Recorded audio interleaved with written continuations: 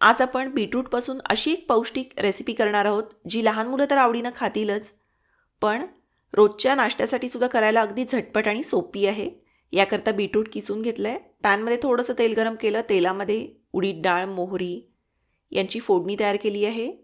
थोडासा कांदा घालून परतून घ्यायचा आणि मग सगळ्यात शेवटी किसलेलं बीटरूट घातलं.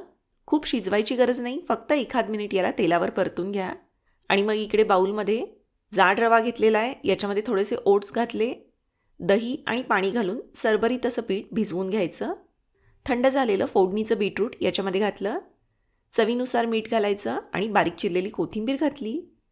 आप्पे पात्रात मावेल एवढं पीठ एका बाऊलमध्ये घेतलं आणि अगदी थोडासा खाण्याचा सोडा याच्यामध्ये घातला.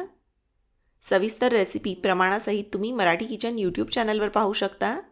आप्पे पात्र गरम झालं की साच्यामध्ये थोडं थोडं तेल सोडलं आहे आणि मग या पिठाचे आप्पे चमच्यानं सोडायचे. झाकण ठेवून 2 ते 3 मिनिट याला वाफवून घ्या आणि मग बाजू पलटली. हिमोग्लोबिन वाढीसाठी, थकवा दूर करण्यासाठी बीटाचा आहारामध्ये समावेश करणं गरजेचं आहे. आणि या पद्धतीनं जर का तुम्ही बीटरूट वापरलं तर लहान मुलंच काय पण मोठेसुद्धा चटणीसोबत हे जे आप्पे आहेत ते आवडीनं खातील.